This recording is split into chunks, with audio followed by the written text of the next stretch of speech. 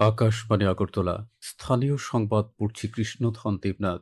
মুখ্যমন্ত্রী অধ্যাপক ডাক্তার মানিক সাহা বলেছেন, রাজ্যকে নেশামুক্ত রাখার ক্ষেত্রে রাজ্য সরকার জিরো টলারেন্স নীতি নিয়ে চলেছে। গতকাল আগরতলার উমাকান্ত একাডেমির মাঠে নেশামুক্ত ভারত অভিযানের অঙ্গ হিসেবে ড্রাগসের অপব্যবহার এবং অবৈধ পাচার বিরোধী আন্তর্জাতিক দিবস অনুষ্ঠানের উদ্বোধন করে মুখ্যমন্ত্রী একথা বলেন। মুখ্যমন্ত্রী বলেন, ত্রিপুরার ভৌগোলিক অবস্থানকে কাজে লাগিয়ে ড্রাগস পাচারকারীরা রাজ্যকে করিডোর হিসেবে ব্যবহার করছে। মুখ্যমন্ত্রী আরও বলেন, মাদক ব্যবহারের সাথে এইডস বিস্তারের একটা সম্পর্ক রয়েছে। সেক্ষেত্রে নো টু ড্রাগস কর্মসূচিকে এগিয়ে নিয়ে যেতে সবাইকে অংশ নিতে হবে। এই অনুষ্ঠানে মুখ্যমন্ত্রী পতাকা নেড়ে একটি বাইক র্যালি ও পদযাত্রা এবং উমাকান্ত একাডেমিতে একটি রক্তদান শিবিরের সূচনা করেন। এদিকে আজ আন্তর্জাতিক মাদক বিরোধী ও অবৈধ পাচার রোধ দিবস। জনসাধারণকে মাদকের হাত থেকে রক্ষা এবং অবৈধ পাচারের বিরুদ্ধে সচেতনতা বৃদ্ধিই এই দিবস পালনের উদ্দেশ্য। এই দিবসটি উপলক্ষে আজ সকালে কেন্দ্রীয় সরকারের নার্কোটিক্স কন্ট্রোল ব্যুরো রাজ্য শাখার উদ্যোগে আগরতলার হেরিটেজ পার্ক থেকে একটি সচেতনতামূলক সাইকেল র্যালির আয়োজন করা হয়। এ উপলক্ষে সকালে ইন্ডিয়ান সাইকিয়াট্রিক সোসাইটি রাজ্য শাখার উদ্যোগেও একটি শোভাযাত্রার আয়োজন করা হয়েছে। মুখ্যমন্ত্রী অধ্যাপক ডাক্তার মানিক সাহা বলেছেন, ১৯৭৫ সালের ২৫শে জুন জারি করা জরুরি অবস্থা মানুষের মৌলিক অধিকারকে খর্ব করেছিল। গতকাল আগরতলার রবীন্দ্র শতবার্ষিকী ভবনে সংবিধান হত্যা দিবস উপলক্ষে আয়োজিত অনুষ্ঠানে তিনি একথা বলেন। তিনি বলেন, প্রধানমন্ত্রী নরেন্দ্র মোদী গণতন্ত্রকে রক্ষা করতে যারা অত্যাচারিত হয়েছিলেন তাদের প্রাপ্য সম্মান জানাতে দিনটি পালন করার সিদ্ধান্ত নিয়েছেন। এই অনুষ্ঠানে সাংসদ বিপ্লব কুমার দেব বলেন, মানুষকে তার অধিকার এবং মুক্তির জন্য লড়াই করতে হবে এবং দেশের বর্তমান ও ভবিষ্যৎ প্রজন্মকে সে কালো ইতিহাস জানাতে হবে। এই অনুষ্ঠানে অন্যান্যদের মধ্যে বক্তব্য রাখেন সাংসদ রাজীব ভট্টাচার্য ও কৃতিদেবী দেব বর্মন, পুলিশের মহানির্দেশক অনুরাগ প্রমুখ। কেন্দ্রীয় স্বরাষ্ট্রমন্ত্রী অমিত শাহ গতকাল নতুন দিল্লিতে the emergency diaries years that forced a leader বইটি প্রকাশ করেছেন। বইটিতে জরুরি অবস্থার বিরুদ্ধে লড়াইয়ে প্রধানমন্ত্রী নরেন্দ্র মোদীর, যিনি তখন একজন তরুণ আরএসএস প্রচারক ছিলেন, তাঁর গুরুত্বপূর্ণ ভূমিকা তুলে ধরা হয়েছে। জরুরি অবস্থার ৫০তম বার্ষিকী উপলক্ষে সংবিধান হত্যা দিবসে আয়োজিত এই অনুষ্ঠানে শ্রী শাহ বইটি প্রকাশ করেন।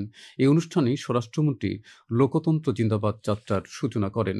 Central board of secondary education বছরে দুবার দশম মানের বোর্ড পরীক্ষা গ্রহণের সম্মতি জানিয়েছে। গতকাল এক ঘোষণায় বোর্ড কর্তৃপক্ষ জানিয়েছে, আগামী শিক্ষাবর্ষ থেকে সিদ্ধান্ত কার্যকর হবে।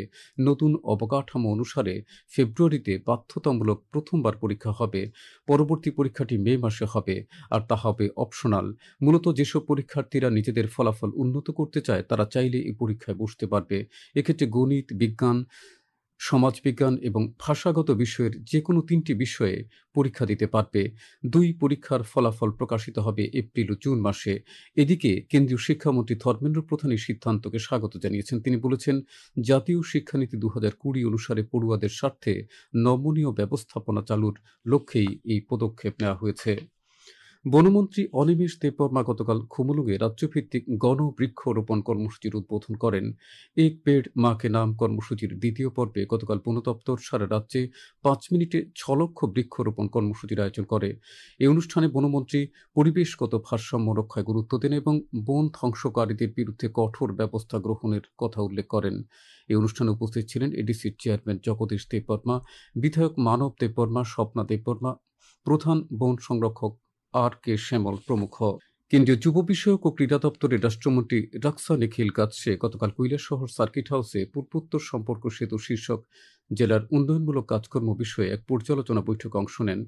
বৈঠকে এমজিএনরেগা, জল জীবন মিশন, প্রধানমন্ত্রী আবাস যোজনা, পিএম জনমন, জাতীয় সামাজিক সহায়তা কর্মসূচি, স্বচ্ছ ভারত মিশন সহ কেন্দ্রীয় সরকারের অন্যান্য জনমুখী কর্মসূচির রূপায়ণ নিয়ে আলোচনা এবং মত বিনিময় করা হয়। বৈঠক শেষে কেন্দ্রীয় মন্ত্রী সাংবাদিকদের জানান, প্রধানমন্ত্রী নরেন্দ্র মোদীর নির্দেশে উত্তর পূর্বাঞ্চলের রাজ্যগুলোতে কেন্দ্রীয় মন্ত্রীরা সফর এসে জনকল্যাণে গৃহীত কর্মসূচির পর্যালোচনা করছেন।